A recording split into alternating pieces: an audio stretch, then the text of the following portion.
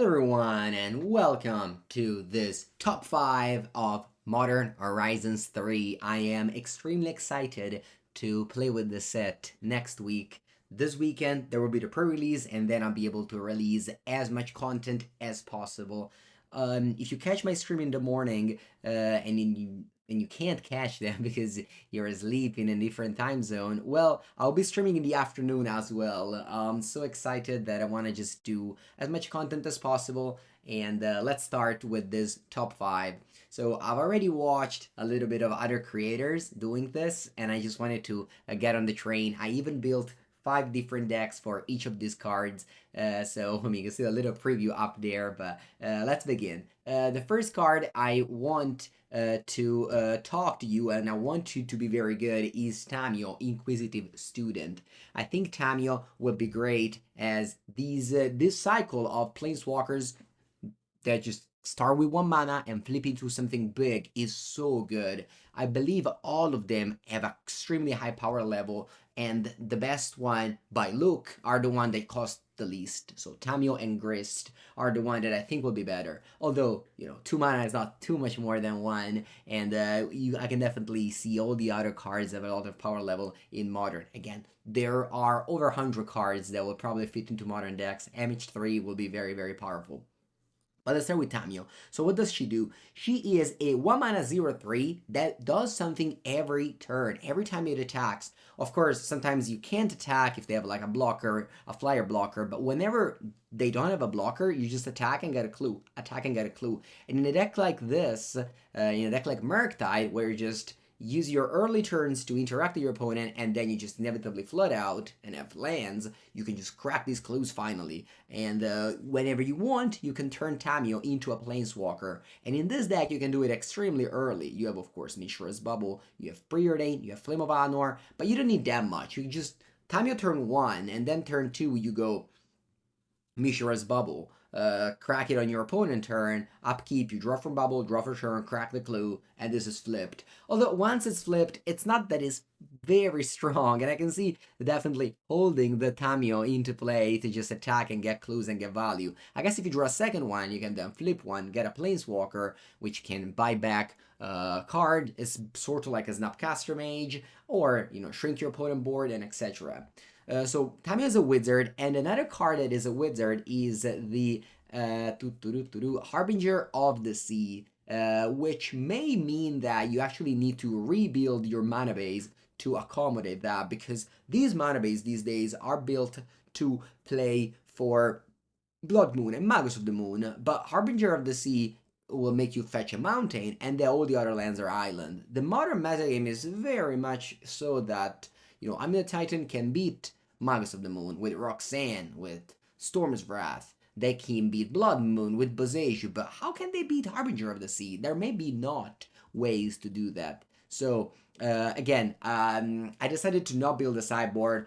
You can say because I got lazy, but also because, I'm just throwing out ideas. And another card that I wanted to talk to you about is Invert Polarity. Now, this is a card that I initially thought it was bad, but once we did a podcast with Piegonti last week, and they mentioned about this card stealing the One Ring, I was like, ooh, that's powerful. I talked to some other people this weekend at Four Season, and they also were high on this card, so I'll definitely start with it in the main deck. Now, again, it's gonna be a 3-mana counterspell sometimes, but whenever it's gonna be 3-mana Mind Control or 3-mana Commandeer, then that is very, very good. So I am cautiously high on this card, but I definitely think that Tamiyo is going to be thumb up. Very, very good. Let's go on to another card in my top 5 that I haven't heard anyone talk to yet, but I think is super powerful, and that is Toxic Deluge. Now, this card, if you played Vintage Cube, you know how good it is. 3-mana Wrath is not bad, and it was not legal in Modern for a long time. You had that like snow-covered land Wrath, but it's not. I guess you could play Dead of Winter regardless in this deck, which by the way is this card. This card doesn't see too much play, a little bit. All no creature get minus X, or X number of no permanent you control. And of course, you can turn your swamp into that. But, you know, if your mana base has 25 lands and only 12 of swamp, you don't want to rely too much on, I guess, 14. You don't want to rely too much on those. And I think that Toxic Deluge killing, you know, every creature, it's like a domination that costs one less mana. I think it's gonna be big. Another card that Mono Black will get is Consuming Corruption. Now this will work with Urborg. So if you have Urborg in play or your lands are swamps, now if you don't have Urborg, this card can still be a pretty nice little cheap 2 mana deal 4 or 5, kill something, gain 4 or 5. Of course, it's gonna be awkward whenever you have these lands in play, or the Spymaster Bolt, which is a new land, a new card that comes to play on tap if you have a swamp, and then you make your Orcish Bowmaster or Shieldred connive for the amount of creature you did die. So you kill your opponent creature and you connive, you gain some value. So I think that could be a free roll. I really like Takenuma in this deck, and I think it's worth the risk of playing one more. I don't like coffers. I don't like Cabal coffers. If you watch my content, you know that I love the One Ring control shell. Just this morning on stream, I trophied with mono black coffers. Although I hated the coffers part of the deck so much, I love Shieldred, and I think this card should replace Karn. Now, of course, by cutting Karn, you are a bit worse against the decks where you can get Sundering Titan. But these decks may not be the best with damage 3. We will see. I love Profane Tutor. This is an extra way to get the One Ring. Of course, it depends on how many Teferi are around. But overall, without getting too much into the nitty-gritty of the new list that I have here in front of me, I think these 3 cards are solid and will boost the One Ring control shell. Speaking of the One Ring control shell, there's another deck I trophied with a few days ago, which was Golgari Midrange. Now, the card I'm the most excited about, and that is going to feature in my top 5, is Shifting Woodland. This is a forest, if you build your mana base accordingly, and of course, you don't draw. I mean, obviously, there's going to be situations where you draw this combined with, I don't know, Pyrexian Tower, or Swamps, or other Shifting Woodland, but it's going to be a forest that later in the game, it's not going to be hard to achieve Delirium in this deck. You have Mishra's Bubble, Thought's Push, you have creatures that will inevitably die. So ideally, you can pay for and get a copy of a permanent that's in your graveyard. We're playing 4 Shieldred and 4 Ring once again. You can notice a little bit of love there. And you may think that 4 mana is a lot to make a copy, but you have Fanatic of Aronas. Now, this is another card I'm excited about. It's a 2 mana dork, just like Wall of Roots. Although, of course, it doesn't convoke, but there's no Court of Calling here, so we don't need to convoke. We need to add mana, so get something into play on turn 3, a 4-drop into play on turn 3, and then later, whenever you have a Tarmogoyf or Shieldred or an Eternalized Fanatic of Ronas, you can tap this and gain 4 mana, which is perfect to make your Shifting Woodland copy any permanent in your graveyard, whether it is a Tarmogoyf, another ring, the ring, because it's legendary, or Shieldred. In fact, this card with the ring is very cool, because you can copy, you can draw a card, you can pass, and then this card isn't a ring anymore, so you don't lose any life. But a counter is still there, so in upkeep you don't take any damage because this is a land, and then you untap, you make a copy, you tap this again, you draw 2, or later in the game this thing will remain without the burden counter of the One Ring. Another land, of course, I've mentioned is Pyrexian Tower, extremely good with Orcish Bowmaster, and you can turn to the One Ring in some matchup. You go turn 1 Halfling, turn 2 Ring, and I assume that that's gonna be good in some sort indefinitely in some matchup, or turn 2 Shieldred if you're playing against the deck without removal spells. I really like the 4 Shieldred because you just want them to die and play another one. That combo with the One Ring is how you win the game. I thought about Metagoyf, but if you watch my video, speaking of Necrodominance, this is a card I should have mentioned it. I mean, I thought about mentioning it, I guess I forgot. In this mono black deck, Necrodominance goes very well with Consuming Corruption and March. End of turn, you draw, and then you cast these, but I'm a little bit scared of running Necrodominance with these lands, and maybe it's a Cyber card against his lower deck. Very, very hidden power level into this card. Not hidden. Very, very high power level. Not that hidden. Anyway, Nethergoyf. I thought this card would be good. In theory, better than Goyf. In practice, man, whenever they endurance you, this card just dies. Whereas Tarmogoyf is so good. And that's why I think Tarmogoyf remains actually an evergreen modern card in these decks. And again, it's going to be easy to. It's going to be important to turn on Ferocious for a Fanatic of Veronas. Meteor's Bubble may seem stupid here, but it's actually relevant to gain 2 life with the Shieldred as well. Oh, a card I haven't mentioned, Pillage the Bog. Very good. Late game, you pick up your ring, a second ring, or Tutor's Shieldred. Strong card.